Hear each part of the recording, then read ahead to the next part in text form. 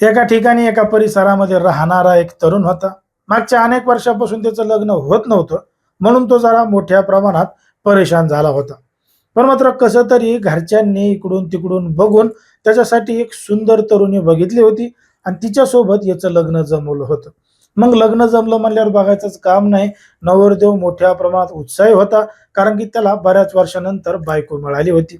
मग बायकोला सुद्धा नवरा मिळाल्यामुळं आणि या दोघा जणांचं लग्न उत्साहामध्ये पार पाडल्यामुळं नवरदेव मोठ्या प्रमाणात खुश होता.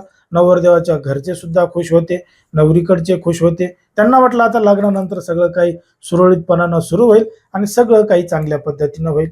आता रीतिरिवाजाप्रमाणे या दोघा जणांचं लग्न सुद्धा पार पडलं होतं आणि लग्न पार पडल्यानंतर ती जी नवी नवी नवरी आहे ती नवऱ्याच्या घरी सुद्धा गेली होती. जेव्हा सुहागरात्रीची वेळ आली होती तेव्हा नवरा बायको एका रूममध्ये गेले होते आणि रूममध्ये जाऊन बेडवर बसून एकमेकांसोबत अगदी चांगल्या पद्धतीनं गप्पा सुद्धा मारत होते. नवरा बायकोच्या जवळ जात होता, तिला गोड गोड बोलण्याचा प्रयत्न करत होता, पण मात्र ती बायको नवऱ्याला कोणत्याही प्रश्नाचं उत्तर देत नव्हती.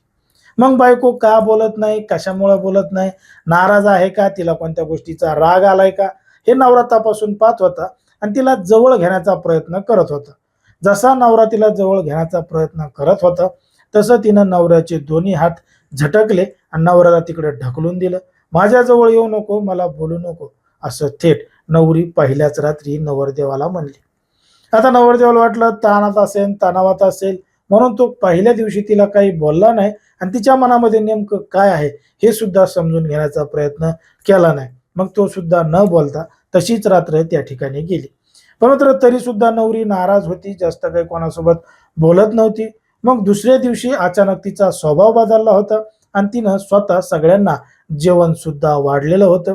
आणि मग दुसऱ्या दिवशी पुन्हा एकदा नवरा बायको एकत्र बीडवर आले होते आणि तेव्हाच घडलं होतं एक धक्कादायक प्रकरण, धक्कादायक घटना. नेमकं काय आहे संपूर्ण प्रकरण, कुठं घडली आहे घटना, हे आपलं अगदी सविस्तरपणे बघायचंय. पण जर तुम्ही अजूनही आपलं चॅनल सबस्क्राईब केलं नसेल तर लगेचच करून घ्या आणि बाजूला असणाऱ्या बेल नोटिफिकेशनला सुद्धा ऑन करायला विसरू नका. आता ही जी संपूर्ण घडलेली घटना आहे ती आहे उत्तर प्रदेशातील हाथरसमध्ये घडलेली संपूर्ण घटना आहे. या ठिकाणी या परिसरामध्ये राहणाऱ्या एका तरुणाचं लग्न एका तरुणीसोबत झालं होतं. तारीख होती 21 फेब्रुवारी 2026 ची. 21 फेब्रुवारी 2026ला या दोघा जणांचं लग्न झालं. सुखाचा संसार सुरू झाला. रीतिरिवाजाप्रमाणे या दोघा जणांचं लग्न लावून दिलं होतं. मग लग्न लागल्यानंतर त्या ठिकाणी संध्याकाळ झाल्यानंतर दुसऱ्या दिवशी ही नवरी तिच्या सासरी नवऱ्याच्या घरी गेली होती. तारीख आली होती 22 फेब्रुवारी 2026 ची.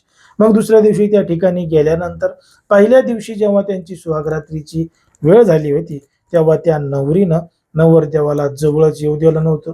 ती त्याला झटकत होती, भांडत होती, माझ्याजवळ येऊ नको अशी थेट धमकी देत होती. आता नवरदेवाला वाटलं की बाबा नवरी असं का करते, काय करते, पण यांना सुद्धा तिच्या मनात काय आहे ते असं कशामुळं करते हे काहीही समजून घेतलं नाही आणि घरच्यांना सुद्धा सांगितलं नाही. त्याला वाटलं हिला कशाचा राग आला असेल, तिच्या काही इच्छा पुऱ्या झाल्या नसतील म्हणून ती अशा पद्धतीनं भांडत असेल. पण मात्र दुसऱ्या दिवशी त्या नवरीचा स्वभाव अचानकपणे बदललेला होता. ती घरच्यांना चांगलं बोलू लागली, नवऱ्याला चांगलं बोलू लागली आणि तिनंच दुसऱ्या दिवशी सगळ्यांना जेवण सुद्धा वाढलं होतं.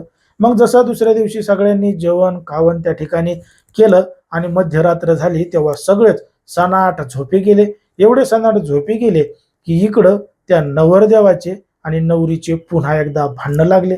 कारण की ती नवरी नवरदेवाला जवळच घेत नव्हती आणि जवळ सुद्धा येऊ देत नव्हती. मग तिनं त्या ठिकाणी ठेवलेला एक चाकू काढला आणि थेट नवरदेवावर हल्ला केला.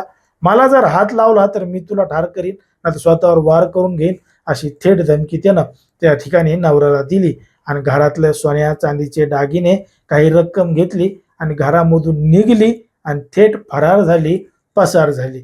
आता तो नवरदेव परेशान झाला होता, वरडू बेजार झाला होता, घरच्यांना उठवण्याचा प्रयत्न करत होता, पण मात्र घरचे गाढ झोपे गेले होते.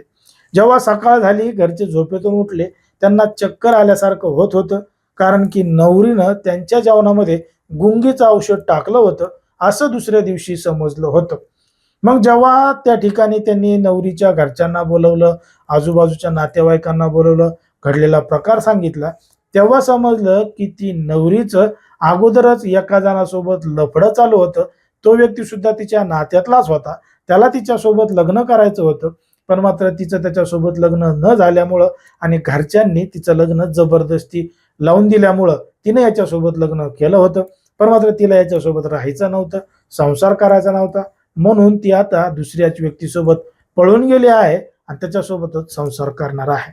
पण मात्र इकडे या नवरदेवाचं आयुष्य उद्ध्वस्त झालं होतं. त्याच्या घरच्यांच्या झालं होतं, लग्नातला झालेला खर्च होता. अशा सगळ्या प्रकरणामुळं ते सगळे बेजार झाले होते. पण मात्र ज्या पद्धतीनं त्या नवरीला जर त्याच्यासोबत लग्न करायचंच नव्हतं, तर तिनं अगोदरच थेटपणानं, खंबीरपणानं सांगायला पाहिजे होतं, की बाबा मला त्यासोबत लग्न करायचंच नाही, मी त्याच्यासोबत राहणारच नाही. जरी लावून दिलं तर मी पळून जाईन, फरार होईल.